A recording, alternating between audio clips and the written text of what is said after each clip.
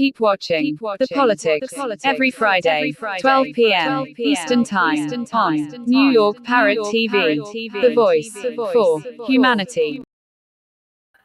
Good afternoon, and I am Robert Press, the host of this show. I am an official New York City reporter, as you can see by my New York City press pass.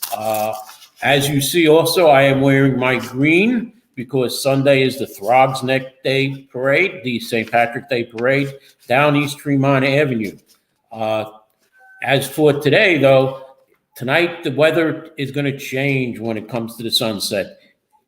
Rain is expected, heavy rain, changing to snow, and probably back to rain. And the city should be getting a coating, and outside the city, 1 to 3 inches, which means here in the Bronx, we could expect about an inch of snow. That's the weather report for today. The latest news coming out of the police department is that they have caught the hazmat suit killer. They've caught him yesterday morning. His name is Kimond L. Cyrus. He was arrested outside his home. The moped he was using was there, the blue moped, and the black-handed gun that he was using was found right next to him out in the open. The police department said it was good old police work that caught him, that they watched videotapes, they monitored him, they saw where he went, they found some of his hazmat suits, and then traced him to where he was. On to our national news. President Biden is trying to stop the country from running out of money and is proposing raising taxes on Americans earning over $400,000. He also wants to reduce what Medicare pays for prescription drugs. It is an attempt to ensure that the health care program for seniors is funded for the next 2 decades. He's also challenging Republicans over an imminent funding crisis.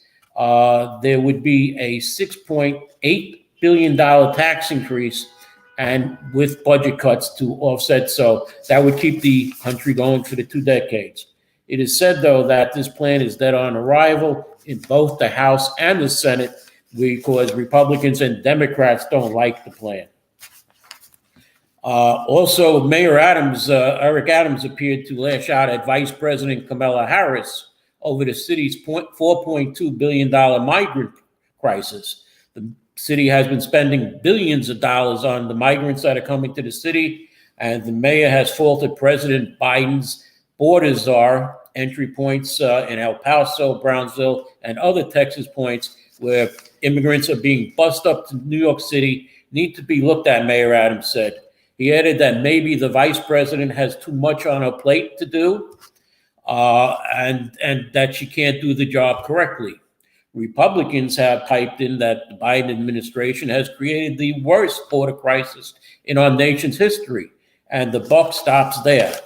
Republican U.S. Representative Claudia Tenney said that the vice president has proven incompetent and lacks the leadership skills to combat the catastrophe that threatens the security of our taxpayers and our residents every day.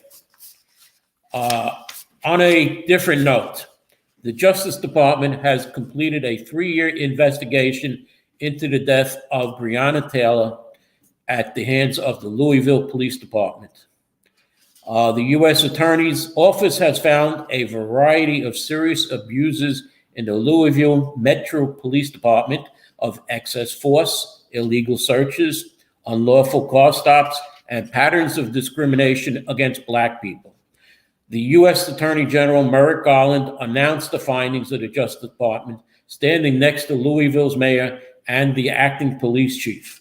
In an agreement with the city, there will be an overhauling of the policing practices that have led to the discrimination of Black people, including Breonna Taylor.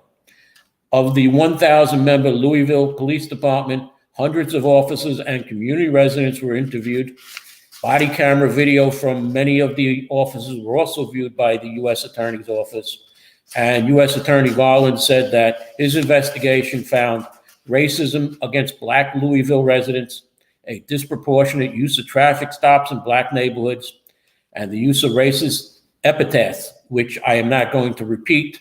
The Attorney General is investigating other patterns of practices in several cities that were not mentioned. I wonder if he's investigating New York City. On the COVID front, COVID numbers for Wednesday, March 18th, which are on my blog at www.100%bronx.blogspot.com. It's 100bronx.blogspot.com. The COVID numbers for Wednesday, March 8th, it comes out by the governor. They're always a day behind. So Thursday's numbers will be out later today. But for Wednesday, in the Bronx, the numbers were 1.7%, which is excellent because a month or two ago, we were up over 10%. It's 1.10% in Brooklyn, 2.34% in Manhattan, 2.01 in Queens, and 1.68 in Staten Island. The Health and Hospitals Corporation, because the numbers are getting so low, is cutting their mobile COVID testing vans in half. The ones that you see out in the street, there are about 75 throughout the city. You'll see some here in the Bronx. Half of them will no longer be there, and neither will the Paxlovid for people who test positive, but it is not known which sites will be closed. Most likely they'll close Brooklyn and maybe the Bronx and Queens because those are the lowest numbers. Troubles for Mayor de Blasio. Tommy Torres, a special assistant to Mayor Eric Adams, has been sued by the New York City Campaign Finance Board. They say that they have fined Mr. Torres over $55,000 from his failed 2017 city council race in the 34th City Council District in Brooklyn, where Torres was a district leader.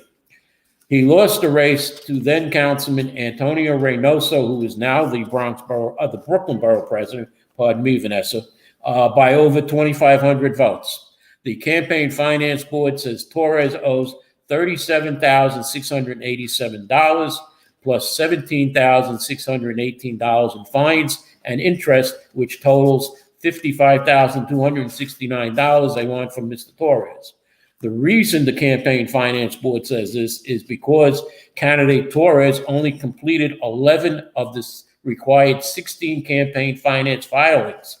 His last filing showed $78,065 raised by the candidate with $94,368 in matching funds.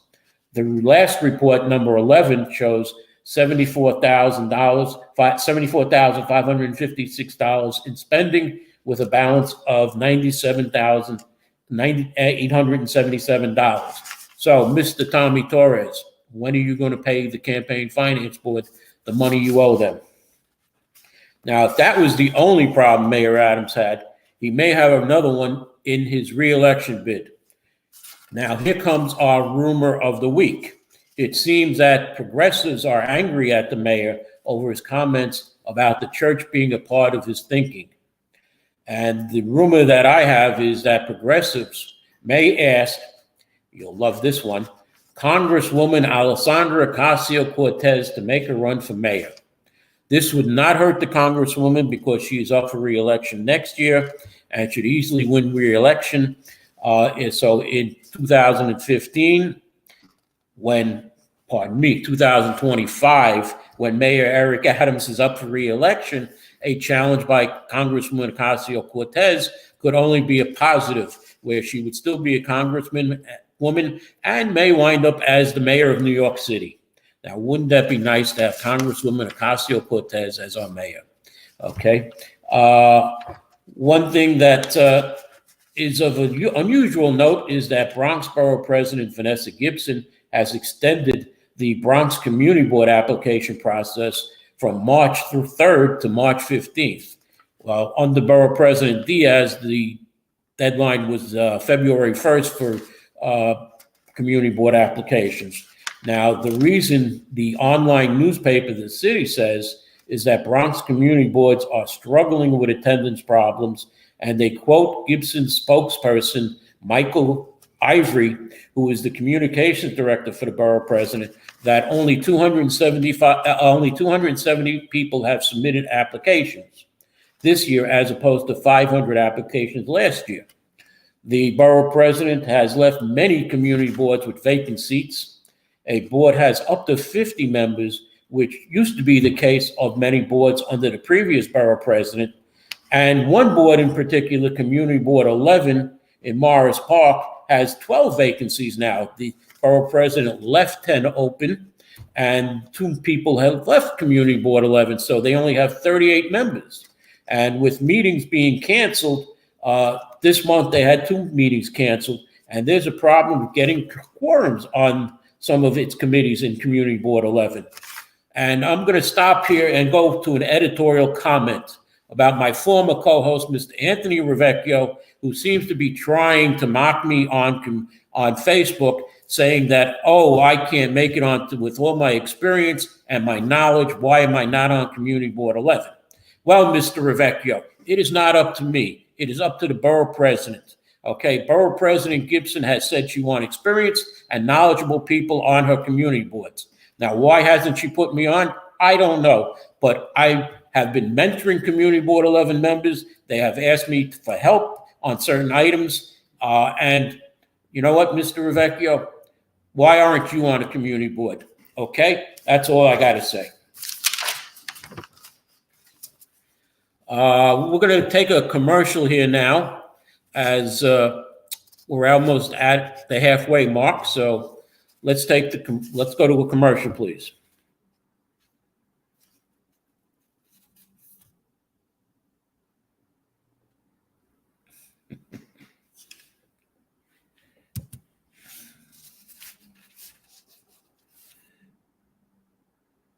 All right. Obviously, I'm not at the halfway part, so let's see. What else can I talk about that's quick?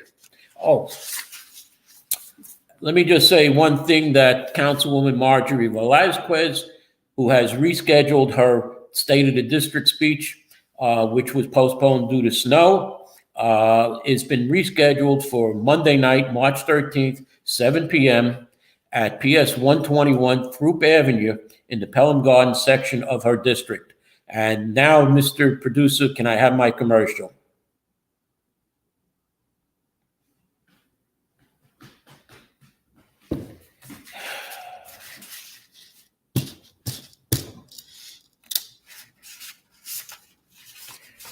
Okay.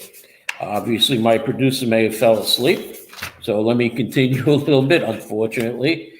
Speaker Adrienne Adams, in her State of the City speech, has renewed her call to close Rikers Island, saying that the jail no longer serves our city.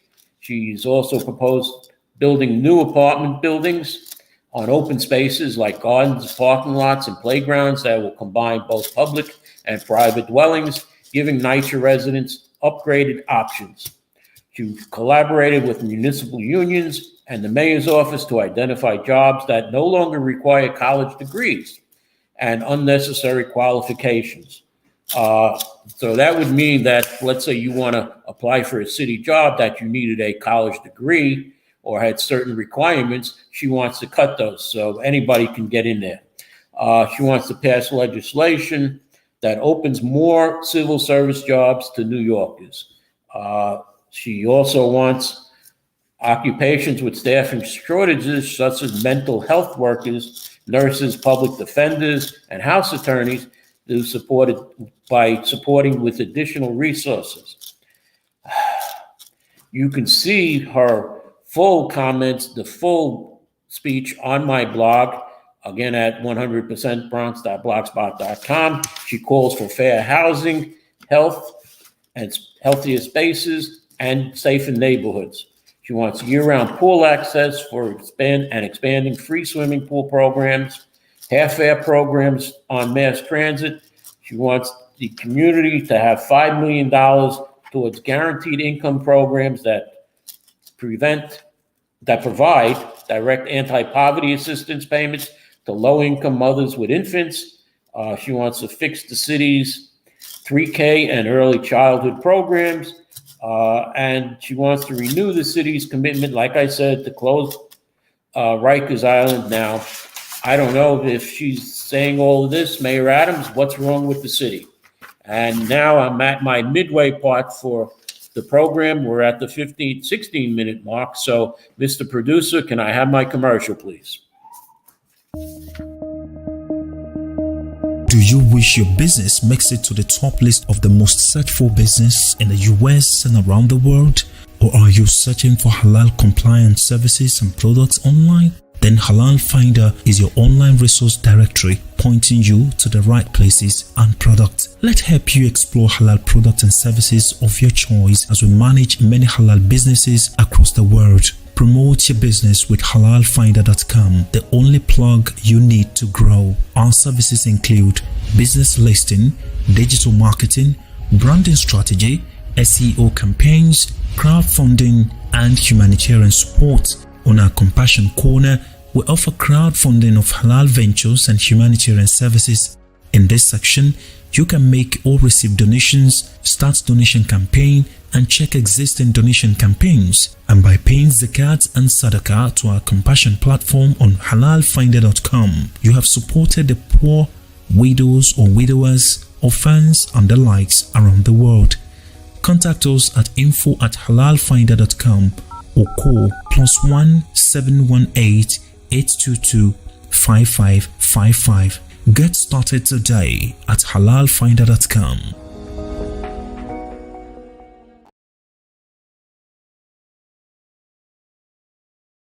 Undoubtedly, Africa is the best tourism destination on Earth. The continent is blessed with the most conducive atmosphere. To feel and enjoy these blessings, join the most productive one-week tour of the continent organized by Daylight Africa every September 2nd to September 9th to see beyond the fallacies about Africa on the mainstream media. Contact us at daylightafrica@gmail.com or call 718-822-5555. Daylight Africa. Revolutionizing tourism industries in Africa.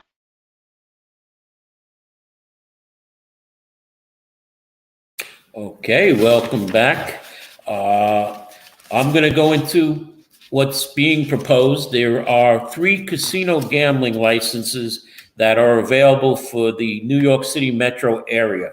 These are full casino gambling licenses, not what you see at Aqueduct Racetrack or Yonkers, where you have just slot machines and electric machines. The 3 licenses will be for gaming tables, where you'll be able to play poker, blackjack, much like Atlantic City or Las Vegas. As a matter of fact, some of the companies that are bidding, there are 10 companies that are bidding for the 3 licenses. However, the 2 front runners are the Resorts World at Aqueduct Racetrack and MGM Grand at Yonkers Raceway, where they already have the racinos, so they are the 2 front runners, and there is plenty of room at both tracks to expand for future, either they want to put a hotel there or even more gaming tables. That would leave 1 casino license for the rest of the 8 bidders. Here are the 8 of them, the 8 proposals. 4 are from Manhattan. 1 is in Times Square by S.L. Green, Caesars, and Jay-Z at 1610 Broadway. Into Caesars Palace, it would be called Caesars Palace at Times Square. The next one in Manhattan is at the Hudson Yards by Related Company and Wynn Resorts, a casino directly in the Hudson Yards, featuring office towers, high-end retail, housing, and a school. That the housing and a school was proposed when Hudson Yards was originally built, the first part, but never done. So this would finish the Hudson Yards completely by adding a casino, office towers, high-end retail, housing, and a school. Saks Fifth Avenue by Hudson Bay Company. The top 3 floors of the Saks Fifth Avenue store would become a Monte Carlo style casino. On the east side, there's a proposal by Stefan Soloviev, which I hope I pronounced his name right, and the Mohegan Tribe for a casino, a Ferris wheel, a museum for democracy, which would be right near the UN. That is something the UN would need, a museum for democracy. Next, we move to Queens, where Mets owner Steve Cohen wants to develop a casino in a Citi Field parking lot that is also, though, public parkland, and alienation of that parkland would be needed by the state assembly, which I don't think is going to happen.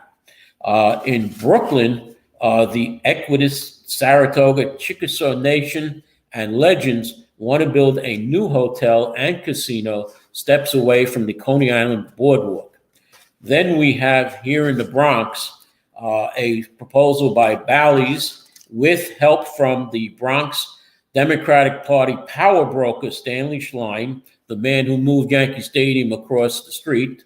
Also, New York State Assembly Speaker Carl Heastie's name has been mentioned in creating a casino and employee housing on 17 acres of the current Trump Links golf course near the Whitestone Bridge.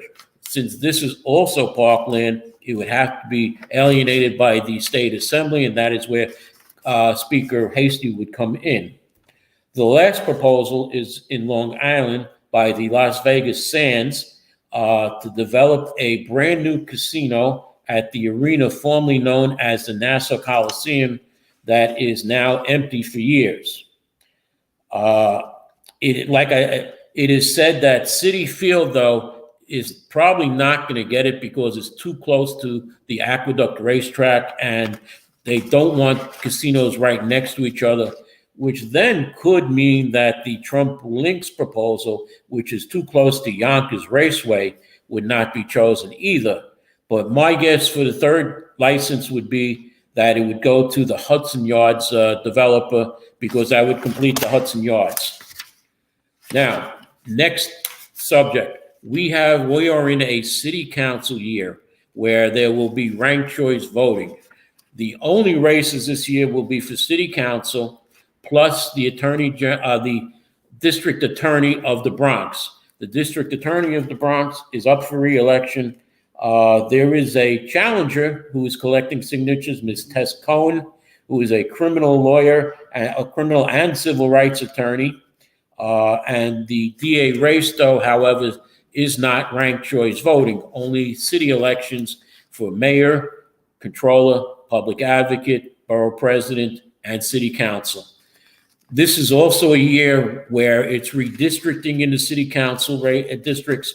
So check your district, because you might have been moved. They're changing these districts slightly. For instance, if you've been to Westchester Square, it has always been in District 13. It is now going to be in District 18. We see also little parts here and there that are going to be changed. So make sure when you go to vote in the primary, you check. Now, here is what ranked choice voting is. You are given the option of voting 1 to 5 for up to 5 candidates if there are 5 or more candidates. Should there be only 2 candidates running, which in some races there will be only 2 candidates this year, there will be no ranked choice voting, because it goes down to the last 2 candidates, and ranked choice voting is to make sure that somebody gets 50% or more of the balloting. We saw, though, 2 years ago in the 13th Council District, candidate Marjorie Velazquez won outright because she had more than 50%, so there was no need for the ranked choice voting in that district. Now, what happens is that in the mayor's race, let me go back to 2021, where ranked choice voting worked fine in the Democratic primary, because you've never had a primary in any other party really in the past 20 years. In the Bronx, that's the Bronx only, not Queens. Queens, you've had plenty of Republican primaries, Staten Island. But in the Bronx, we've had only Democratic primaries up until this year, which I'll get into a little later. There were 13 candidates for mayor, and you were able to choose 1 through 5. And if your number 5 choice fell out, your vote went to your number 4 choice. If your number 4 choice won, that was the winner. If not, if that candidate fell out, your vote went to the number 3 choice. Pardon me, my mistake. Your vote went from number 1. It went 1. If 1 went out, it went to 2. If 2 went out, it went to 3.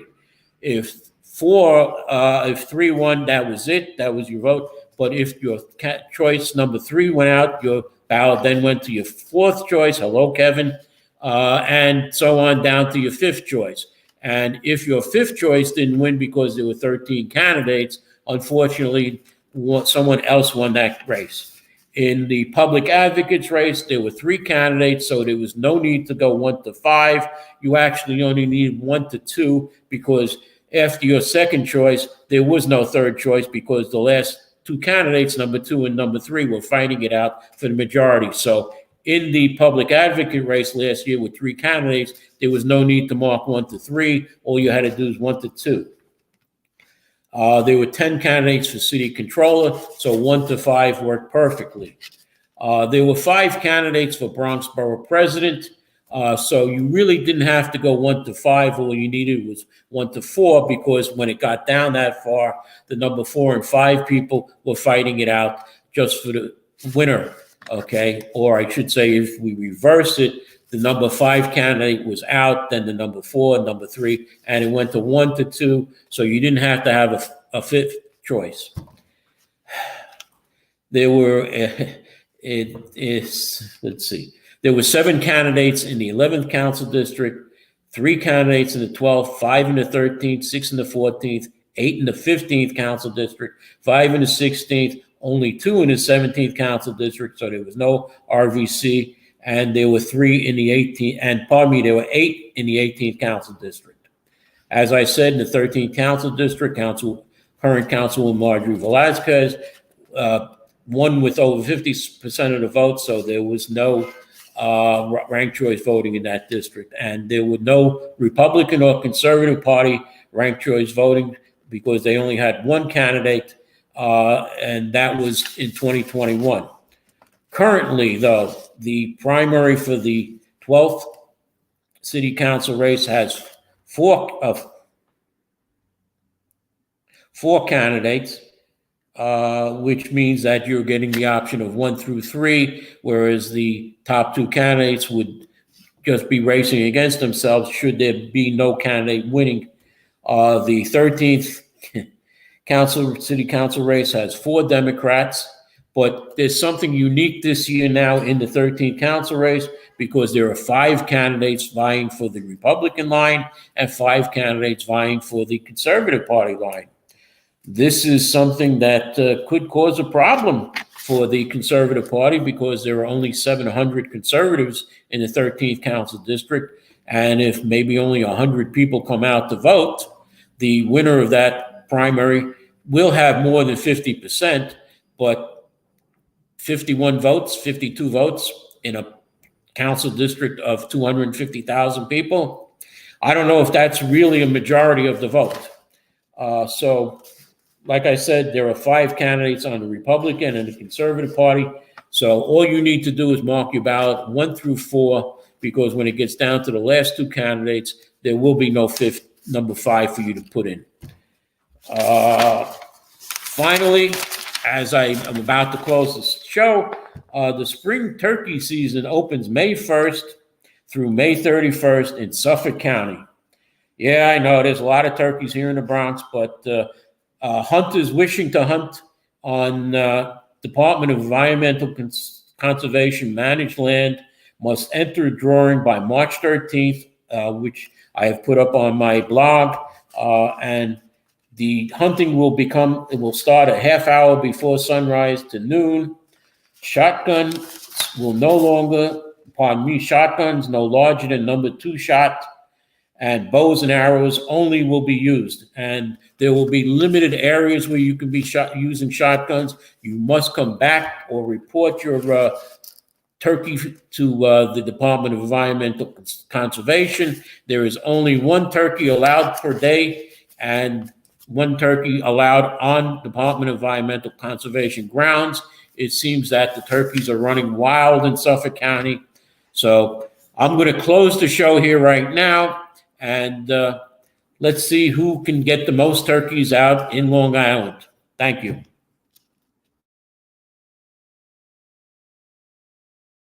Undoubtedly, Africa is the best tourism destination on Earth. The continent is blessed with the most conducive atmosphere.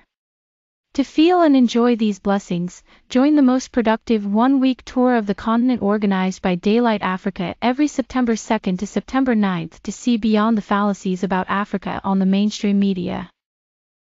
Contact us at daylightafrica@gmail.com or call 718-822-5555. Daylight Africa. Revolutionizing tourism industries in Africa. Do you wish your business makes it to the top list of the most searched for business in the US and around the world? Or are you searching for halal compliant services and products online? Then Halal Finder is your online resource directory pointing you to the right places and products. Let's help you explore halal products and services of your choice as we manage many halal businesses across the world. Promote your business with halalfinder.com, the only plug you need to grow. Our services include business listing, digital marketing, branding strategy, SEO campaigns, crowdfunding, and humanitarian support. On our Compassion Corner, we offer crowdfunding of halal ventures and humanitarian services. In this section, you can make or receive donations, start donation campaign, and check existing donation campaigns. And by paying zakat and sadaqah to our Compassion platform on halalfinder.com, you have supported the poor, widows or widowers, orphans, and the likes around the world. Contact us at info@halalfinder.com or call +1 718